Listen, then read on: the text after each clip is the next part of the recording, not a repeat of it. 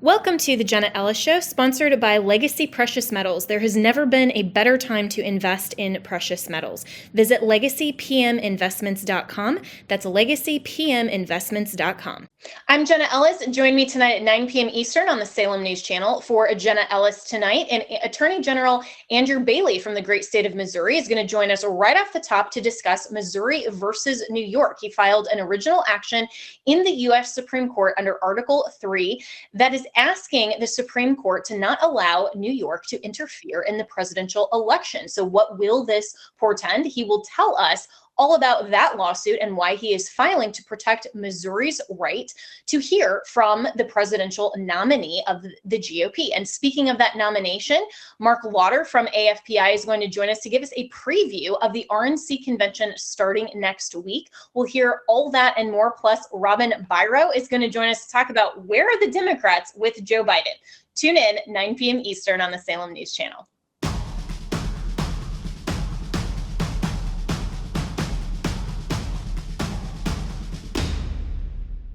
My fellow Americans, we are experiencing instability at every level. Our government lacks leadership, and Bidenomics has been an absolute disaster. The economy is in a fragile state. Inflation has been a consistent issue, and high interest rates have put significant pressure on the real estate market. There have been major bank failures, and many analysts say a stock market correction is likely overdue. We have global conflicts in Europe and the Middle East that have the potential to spread, but gold has soared to record highs even amid the tensions. There are so many reasons that Americans just like you and me should consider investments in gold and silver, and Legacy Precious Metals is the gold standard. I love Legacy Precious Metals because of their zero hassle, education first approach. They can help you roll your traditional IRA into a gold IRA or ship metals directly to your house. Go to LegacyPMInvestments.com. That's LegacyPMInvestments.com to download their free gold investing guide. I've read it and there is so much valuable information there. Friends, now is not the time to roll the dice with your hard-earned money. Find out about the growth potential that gold offers you. Contact Legacy Precious Metals today and tell them that I sent you.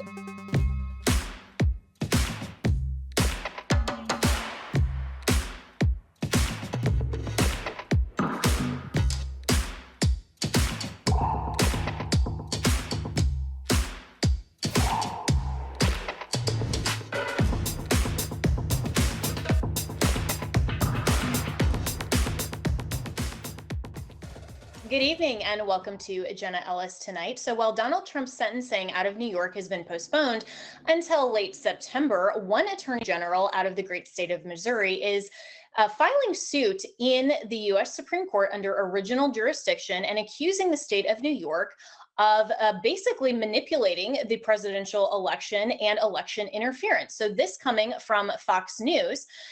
Missouri AG sues New York over reprehensible lawfare against Trump, poisonous to American democracy. The lawsuit alleges state's prosecution of Trump impeded Missourians' right to cast fully informed votes. Missouri Attorney General Andrew Bailey filed a lawsuit against the state of New York, alleging it had violated Missourians' First Amendment right to hear from former President Trump during the 2024 presidential election.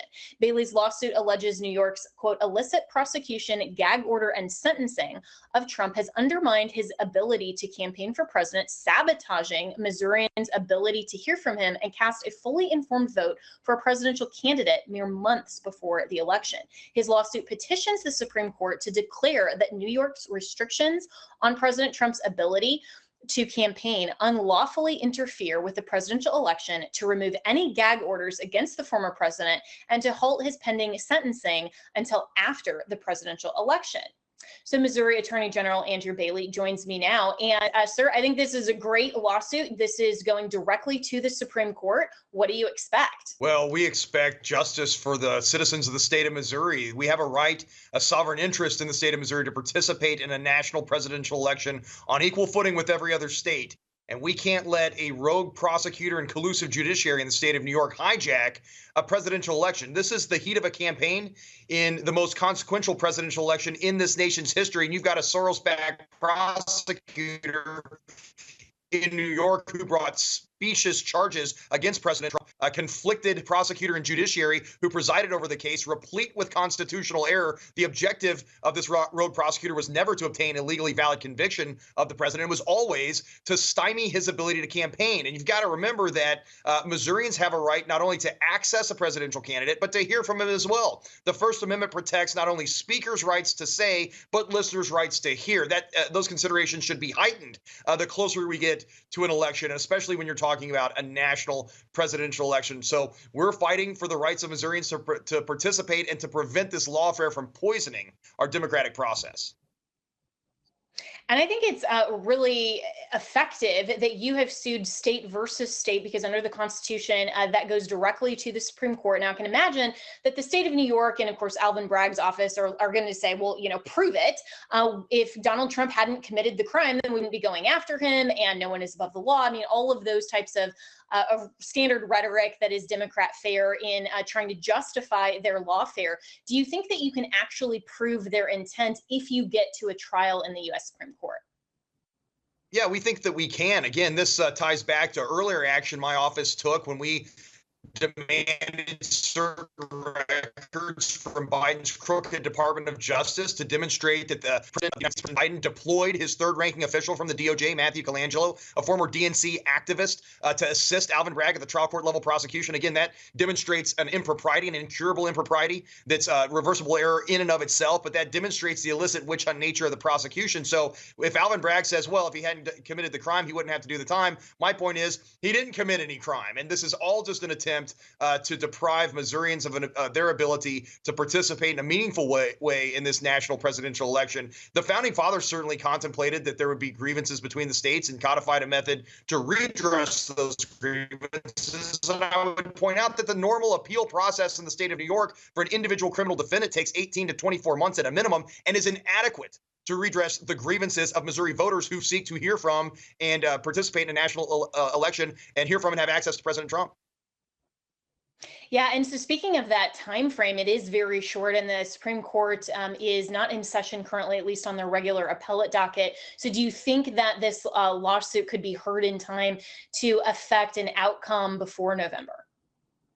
Well, we certainly hope so. I think that, the Supreme Court has an original action docket for cases like this that are part of the Article 3, Section 2 process, as you identified. Just yesterday, this case was placed on that docket. And so it's officially has been docketed by the United States Supreme Court. Our anticipation is that the court will demand briefing from the state of New York in response to our pleadings. And then we'll get a chance to respond to New York. There'll be a time for amicus to file their briefs, and then the court will render its decision. At the end of the day, what you see is the sentencing in the New York case being delayed until September. And certainly one of the claims we make is under the Purcell doctrine that courts should stay out of any kind of decision that would interfere with or obfuscate or muddle an election. And those considerations become heightened the closer you get to an election. So moving the sentencing from July to September actually just enhances our argument under the Purcell doctrine. And if I were the court, I would wait and see what the New York trial court does as far as sentencing in order to determine what remedy would be appropriate.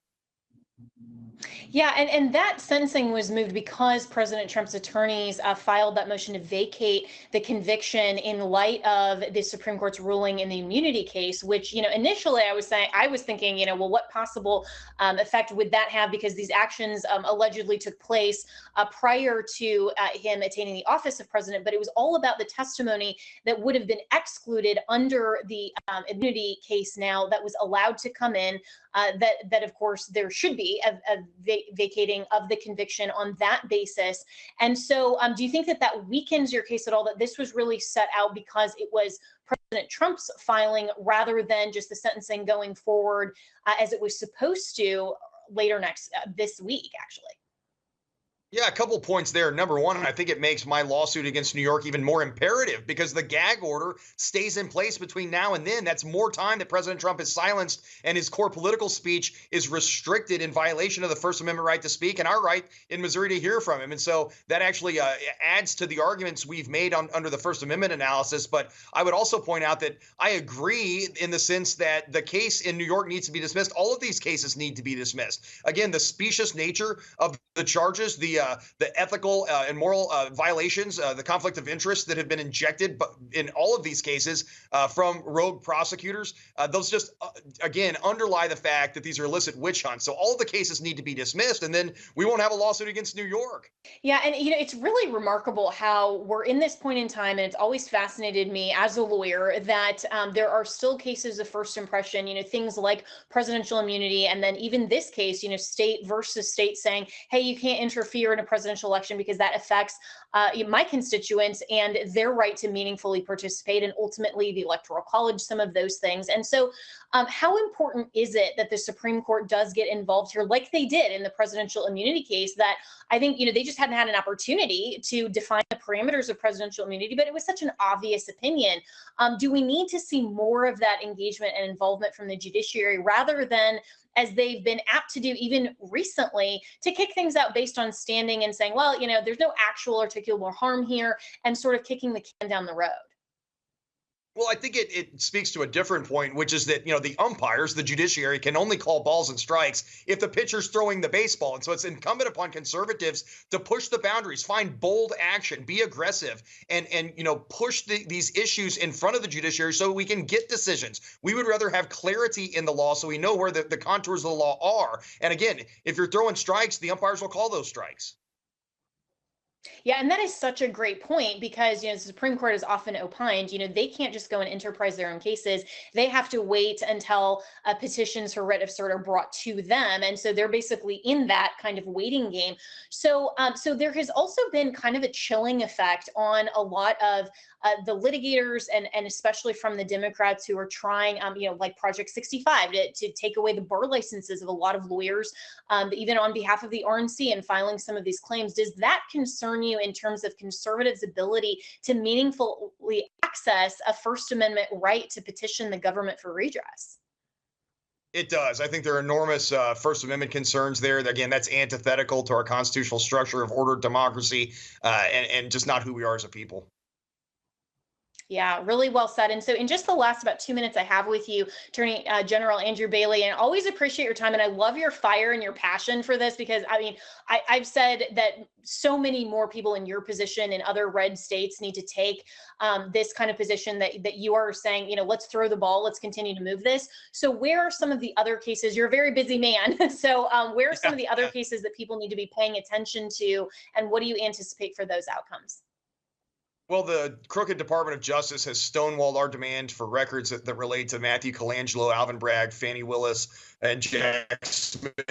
And so we're filing a lawsuit against the Department of Justice. Again, they owe the public transparency and accountability about their collusive relationship in this illicit lawfare that's, again, poisonous to the democratic process here in the United States of America. So we're going to push that lawsuit forward.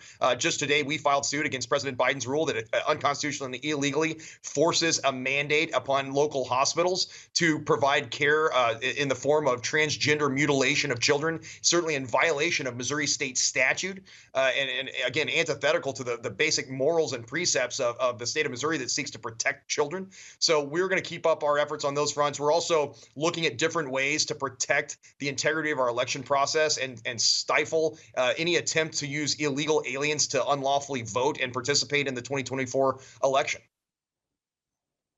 Yeah, and all of this also coming with Murphy v. Missouri that was out of the Supreme Court that's now being sent back for, I think, more robust fact finding on that case. You're at front and center in that case. So a lot going on, but Attorney General Andrew Bailey, really appreciate your time. And folks, this is so important, why we have to continue to stand up for constitutional principles, make sure that we are challenging these things. As the Attorney General said, we need to make sure that as conservatives, we're participating meaningfully in our justice system. But this is also why state legislatures have to set the groundwork so that attorneys general can say, hey, this is in violation of our statute, what the federal government is doing, and we can make sure to have a well-ordered and more perfect union. So props to AG Bailey for taking the lead on that. I hope that a lot of other red states will follow suit, no pun intended. But we'll be right back with more here on Jenna Ellis Tonight.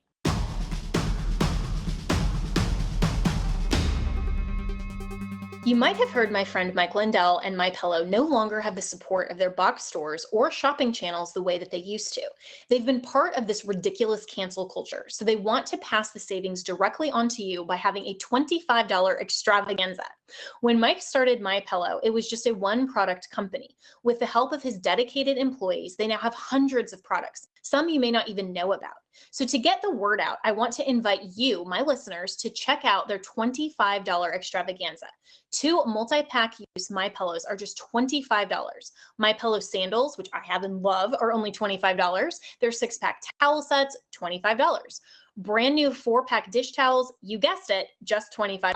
And for the first time ever, the premium MyPillows with the all-new Giza fabric, just $25. And orders over $75 will receive free shipping too.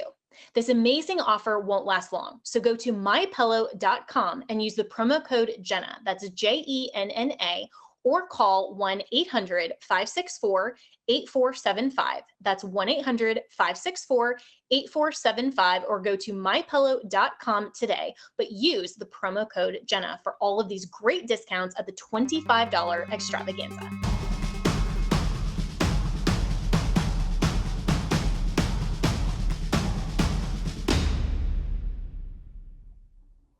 Well, Democrats are still calling on Joe Biden to withdraw from the presidential race, even as he is digging in his heels. George Clooney actually wrote an op-ed in the New York Times saying that when he had a fundraiser about 3 weeks ago with Joe Biden, that he saw the very same person that all of America and all of the world saw on the national stage and the world stage during the debate. So my question for George Clooney is, why didn't you speak up then? It's remarkable how all of a sudden now the Democrats are suddenly discovering the truth about Joe Biden, and conservatives and Republicans were called conspiracy theorists for years for simply pointing out the obvious. Biden is totally incompetent. Well, former Speaker Nancy Pelosi isn't really wanting to make bets either way. And she appeared on Morning Joe today and was asked very directly what she thought about Joe Biden staying in the race. And he said, he's made the decision. This is what she had to say. He has said he has made the decision. He has said firmly this week he is going to run. Do you want him to run? I want him to do whatever he decides to do. And that's the way it is. Whatever he decides, we go with. That is like the most wishy-washy answer possible. Whatever he decides, we're fine with it. She just doesn't want to take a position either way, because can she really support this totally incompetent person? It seems that he's already made his decision, and she's not actually supporting him in that. She's not saying Joe Biden's made his decision, we're firmly behind him. So she didn't really give him support either. So what does this portend for the Democrat chaos? Well, joining me now is one of my favorite Democrats, Robin Biro, who is the Democrat strategist. And Robin, there's a little bit of chaos in the party right now. Where do you think this ultimately goes for the nominee from your party? First I've got to remark on Nancy Pelosi. What a profile and courage we just saw there. But to, right. Gosh, I know. To answer your question though, I mean, we're 97 days away from Election Day. I mean, if we were to make a move, it should have been really months ago. And yeah, it would have been wonderful if George Clooney had said something 3 weeks ago, if somebody had sounded the alarm. Sure, Joe Biden just got off of his 18th public event within 10 days. I get it. I was at an event Saturday. He seemed fine then. But Jenna, it was at 1 o'clock in the afternoon. I seemed fine at 1 o'clock in the afternoon. My grandma, right before she passed away at 101, was fine at 1 o'clock in the afternoon. But the problem is that he doesn't have the staying power. We saw that. The whole world saw that. I mean, it was 9 o'clock p.m. What was it now? 10, 11, 12 days ago.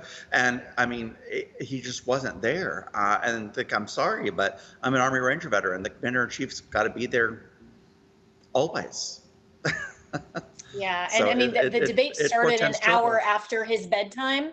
And so yeah. I'm left wondering, if the nuclear button has to go off, or, there's some situation, are they going to wake up Joe Biden and he, comes into the Situation Room with like the little nightcap and, the candle with the oil in it? I mean, this is just really embarrassing for the country and for national security. And so, to your point, I think that the Democrats really should have contemplated this earlier. My thought is maybe they're looking at the polls, and this debate was scheduled so that they could have kind of this final effort to say, okay, do we really want to back this guy? If he does end up being forced out or decides miraculously to step down, who do you think is the best option for the Democrats to put up? Who can possibly beat Trump?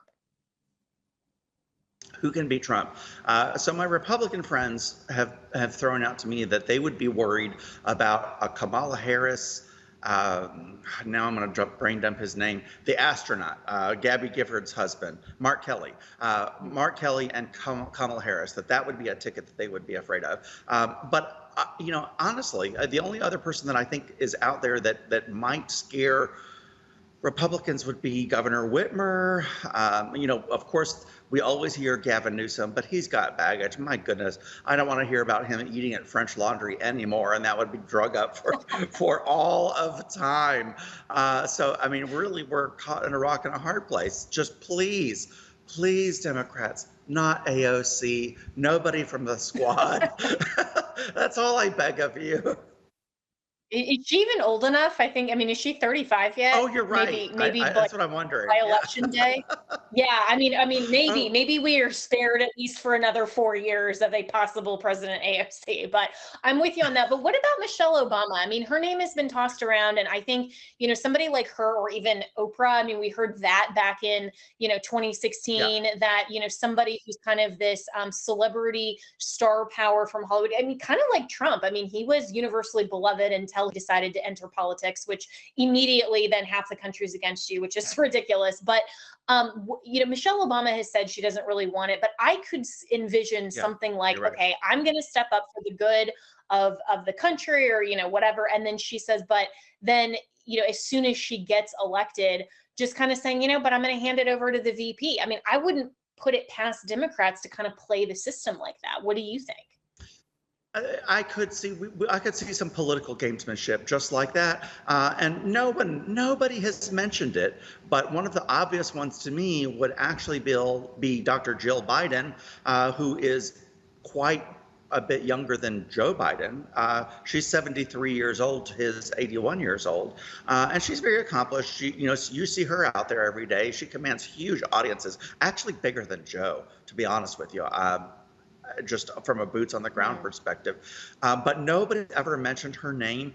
I just don't think that Kamala Harris would take being slighted by anyone other. I mean, she would be adamant that it be her. I mean, let's not forget that she ran for president. But I want to remind people of what her campaign looked like when she did run for president. She hit the ground running. She did really well for the first 6 months or so. But oh my gosh, that last 3 months of her campaign were a total disaster. So that's what scares me, is that she would fall apart at the seams going toward the end. So right. I mean, I think we're stuck with Joe. Remember her debate performance when Tulsi Gabbard, who was running for the Democrat nominee, I mean, just annihilated her and took her record and dismantled her. I mean, I thought she was the Democrat frontrunner up until that point. And, all of that could come out and should come out from the Republicans if Kamala Harris ends up being the nominee. But, going back to what you said about Jill Biden, that's actually really fascinating. I haven't heard a lot of rumors or speculation around that. But if it's true that it's Jill Biden who is actually grasping still onto power, and that's the reason that Joe isn't stepping aside, if she became the nominee, it would seem like that would fit her political purposes just fine. So is it more that the Democrats can't, get Kamala to step aside and maybe there's some turf war there? Or why aren't we really hearing that kind of speculation, do you think? It's wild to me that nobody's seeing that, because it's obvious to me that Jill herself does not want to cede power to anyone else. She's been on the trail far more than Joe as a surrogate, and her popularity is far better than his right now. And look, Jenna, they wouldn't have to change a single sign. They could still say Biden-Harris. But I think there is a power struggle between. Yeah, I think there's still a power struggle within the executive. So I mean, I don't know how you get Kamala to stand down.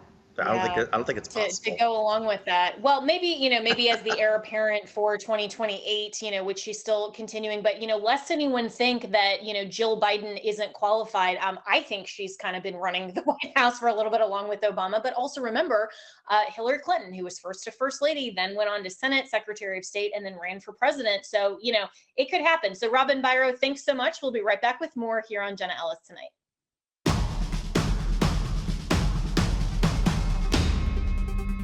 My fellow Americans, we are experiencing instability at every level. Our government lacks leadership, and Bidenomics has been an absolute disaster. The economy is in a fragile state. Inflation has been a consistent issue, and high interest rates have put significant pressure on the real estate market. There have been major bank failures, and many analysts say a stock market correction is likely overdue. We have global conflicts in Europe and the Middle East that have the potential to spread, but gold has soared to record highs even amid the tensions. There are so many reasons that Americans just like you and me should consider investments in gold and silver, and Legacy Precious Metals is the gold standard. I love Legacy Precious Metals because of their zero hassle, education first approach. They can help you roll your traditional IRA into a gold IRA or ship metals directly to your house. Go to legacypminvestments.com. That's legacypminvestments.com to download their free gold investing guide. I've read it, and there is so much valuable information there. Friends, now is not the time to roll the dice with your hard-earned money. Find out about the growth potential that gold offers you. Contact Legacy Precious Metals today and tell them that I sent you.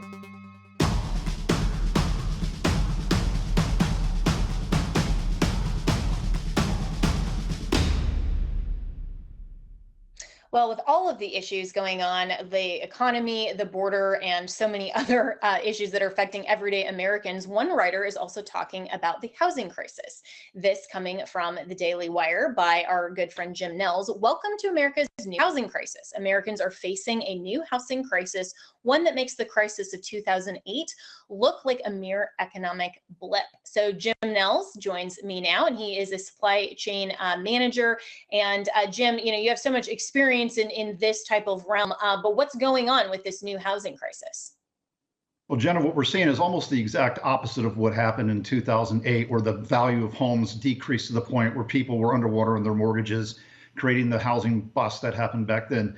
Now we're seeing people being priced out of homes. The average price of a home has gone from $267,000 when Joe Biden took office in January of 2021 to $435,000 today.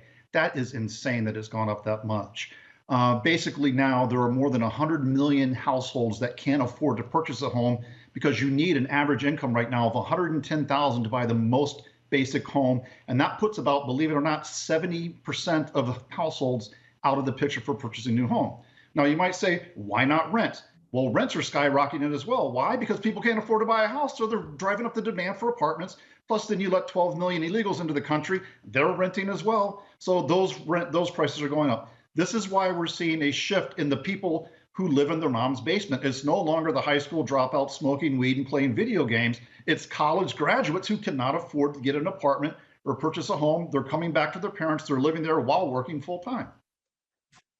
Yeah, and it is really sad, but this is part of, I think, the Democrats' agenda, so that they are trying to diminish property ownership, and they're wanting everyone to just rent. I mean, this is where it's like you'll own nothing and be happy. So, I mean, do you think this is kind of a direct move for the Democrats to try to decrease property ownership? It definitely seems like they're doing everything they can to force people to not be able to do it. And this does go back to the Klaus Schwab, you'll own nothing and you'll like it. If you look at what the government has done, the increased regulations making it harder to build homes, we're short about 5.5 million homes in the United States right now. And a lot of that has to do with regulations and how long it takes to get building permits. We're seeing skyrocketing inflation in the cost of housing materials. And then on top of that, because Joe Biden has to kowtow to the green mafia, the average home has another $31,000 in green costs that have to be added to it in order to comply with the government rules on green. Now, if you can finally afford a house, guess what? Insurance rates are skyrocketing. They're up over 25% in the United States in just the last few months. And that is because the replacement cost of houses is so expensive. Why? Because of the inflation on the building materials and the inflation on Joe Biden. This was all preventable. This is what happens, though, when you pump trillions of dollars into the economy. You see skyrocketing inflation, and then the Federal Reserve has to raise interest rates. People won't sell their homes right now because if you're like me and you're sitting on a 2.5% mortgage, why would you sell your home and then have to double your mortgage rate payment in order to get the same house somewhere else? It just doesn't make sense. And that is why we're seeing so many people have trouble finding a home that they can afford. And it's just so sad. And of course, the economy, there's no dispute, it was better under Donald Trump, and we can't afford another 4 years of Democrat policies. So if Trump does get reelected in November, is there hope that this can be kind of dialed back and we'll see the type of economy that we had from 2017 into 2021? Absolutely. If you remember, one of the things that Trump did was decrease regulations and made it easier to do business in the United States of America. That's something that he needs to do again. He will do that again. Also, energy independence will help decrease the inflation rate. When energy is expensive, gas is expensive. When gas is expensive, everything that moves by a truck or a train becomes more expensive because that's just how the economy works. So we need pro-growth, we need anti-regulation, and we need to help builders get those permits that they need so they can build affordable housing so people can get that first house and start building on that American dream. Yeah, and all of those issues are going to be front and center at the RNC convention starting next week in Milwaukee. We're going to be talking about that when we come right back here on Jenna Ellis Tonight. Thanks so much, Jim Nelles, and you can read his piece in the Daily Wire. So we'll be right back with more.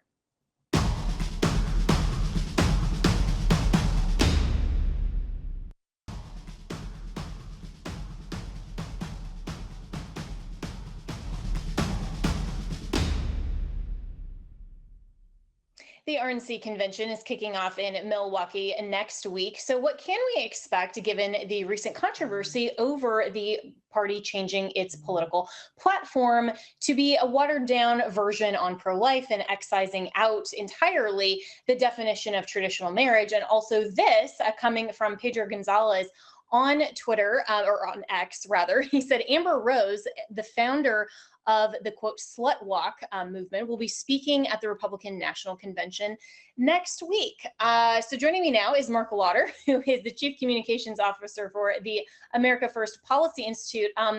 Marc, this doesn't seem so conservative to me. What do you think? Well, I think what you're going to see are conservative policies on display, because on day one, you've got a theme that talks about making America wealthy again. Day two, the theme is going to be make America safe again. Day three, make America strong again. And then obviously day four, Thursday, the day that Trump speaks, is make America great again. So it's really leaning into the policies that are winning with the American people. It's one of the reasons why Joe Biden is losing this race, because 2/3 of the American people think our country's on the wrong track, and his disapproval is about 65% on every single major policy issue.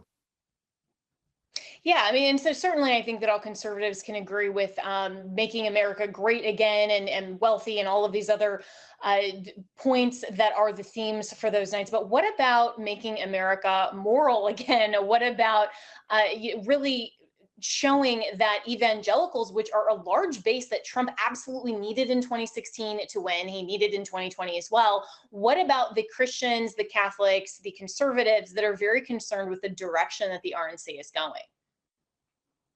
Well, I mean, look, there's been no bigger defender of religious liberty than Donald Trump when he was in the White House. He was obviously fighting for the life issue, appointed the Supreme Court justices that gave this decision back to the states, which is where it belonged. And so all of those things still remain true.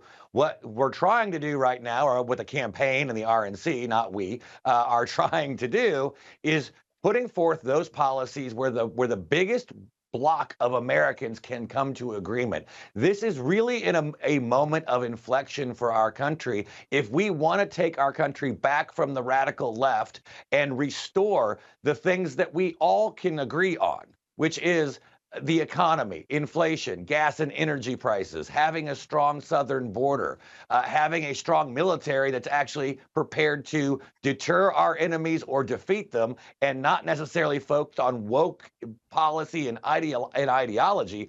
These are the areas that bring together a wide swath of Americans. It's one of the reasons why I think we're seeing so many new voting blocs leaving the Democrat Party, coming into the America First movement. And so I think that's what they're leading with on this grand national scale. They're talking about those issues that unite a huge group of people that are going to put America First back into the White House.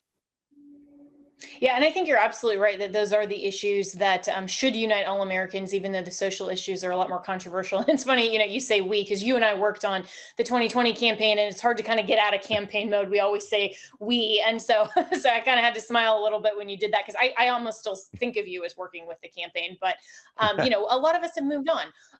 But in terms then of focusing on those issues, doesn't it take attention away from those issues to change the party platform so dramatically, rather than just keeping it as it's been since, for the last, 20 years or more? The Republican national platform has been so pro-life. Why make that controversial for conservatives going into next week? Well, I think it's really simple, Jenna. When you look at our opponents right now, they are not talking about anything. They are only attacking everything. And so they are looking for any document, any quote, any clip that they can use to do their traditional scare tactics on the American people, because that's all they've got left. All they have left is to make people scared and try to hope that they will vote for their radical, woke, liberal policies just one more time. And so by taking the platform and taking it away from a hundreds of page document to 20 bullet points, literally 21-line bullet points about what we firmly believe in and what we can promise the American people that we can do, you also take away a line of attack from the Democrats, because you can look right now, if you turn on any of the, the liberal mouthpiece networks, all they're doing are trying to cherry pick things from think tanks and various campaign statements to tell us what he really means. Well, here you have it, 20 bullet points, what he really means. And it's the stuff that's going to get him across the finish line so we can do all those things again.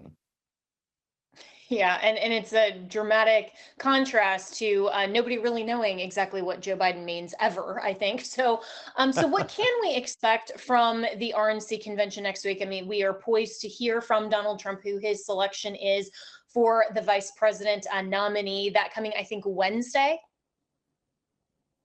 The speech would be Wednesday, but it's my understanding that the announcement has to be made by Monday, because as part of the boring stuff that the TVs doesn't cover, as part of the rules and all these things, both the president and the vice president's names have to be formally nominated. And then they go through the roll call of the states, it's ratified, and you get to the speeches. Oh, great. So we may hear as early as Monday about the VP slot, and Marc Lotter, no stranger to how all of the rules work. And so also coming earlier this week, Nikki Haley has released her delegates and fully backed Donald Trump. So are we going to see just a unanimous nomination, do you think, rather than, any sort of other controversy that the Democrats may have going into their convention? No, I think it's going to be largely drama-free, which is great, because really right now, when you're winning, get out of the way and let your opponent self-destruct. So now is the time to talk about those America First policies, because it shouldn't matter what your demographic is, your gender, your race, your background, your religion. You don't like the price of gas and groceries. You don't like a wide open border. I mean, you don't like the fact that Democrats are now in Washington voting against a law that requires you to prove you're an American citizen to register to vote and vote. I mean, this is what the left stands for. So let's come out and say, no, we believe that you should be an American citizen to vote. This is not controversial, but for some reason it is in Washington, D.C. and with Democrats. So when we stick to those kinds of policies and securing the border, protecting people's families, protecting girls in bathrooms, locker rooms, sports and schools, those are the kinds of things where you get people, regardless of how they voted in the past, they start nodding in agreement with you when you start talking about those things. And I think that's the policy you're going to see next week on display in Milwaukee.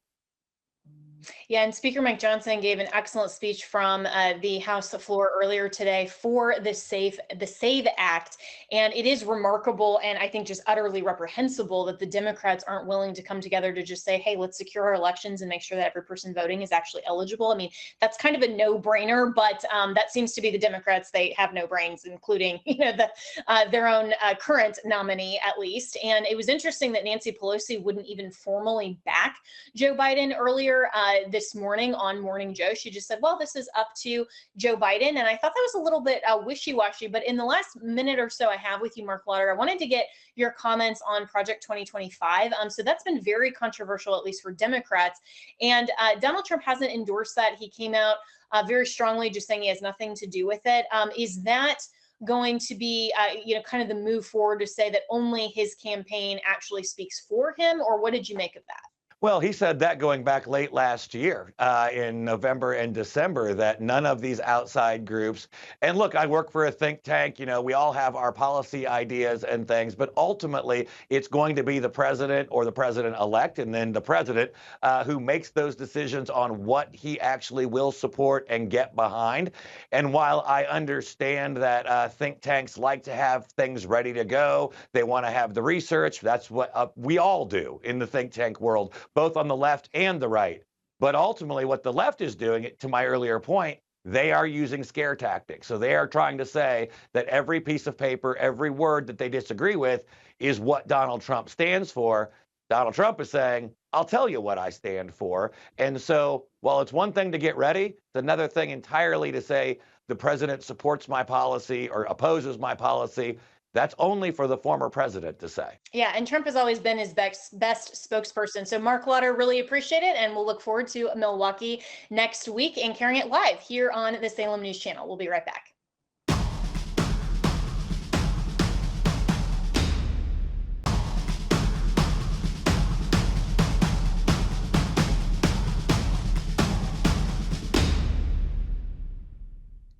Well, another convention has been going on this week, and that, of course, is NatCon. And Vivek Ramaswamy was one of the standout speakers at the convention. Listen to this. I don't think we're going to beat the left by adopting the methods of the left.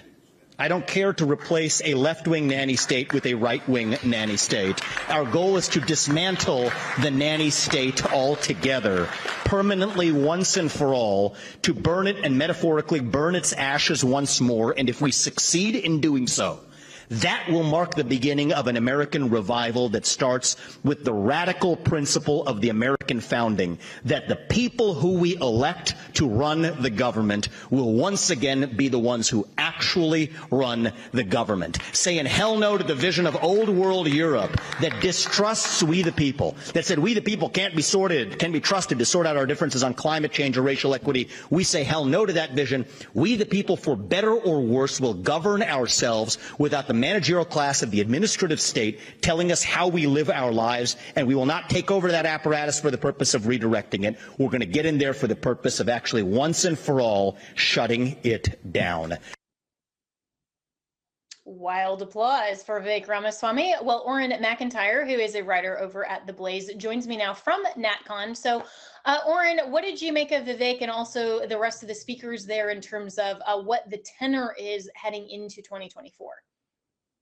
It's a very interesting dynamic. You have this situation where I think everyone here recognizes that the old neocon consensus, the fusionist alliance, no longer works. This isn't where people want to be, especially with the understanding of kind of the rise of MAGA and the populism that has driven a lot of the Republican Party. The National Conservatism Convention is really bringing many different factions together. All of them understand that the old guard isn't working and something new needs to happen, but you can really feel these different factions kind of trying to work their way in, see who's doing what, who they can ally with, who's going to define the movement going forward. So there's a little bit of jockeying for position and attempting to define each one of these terms while also looking for allies, people that you can work with. It's a pretty interesting dynamic.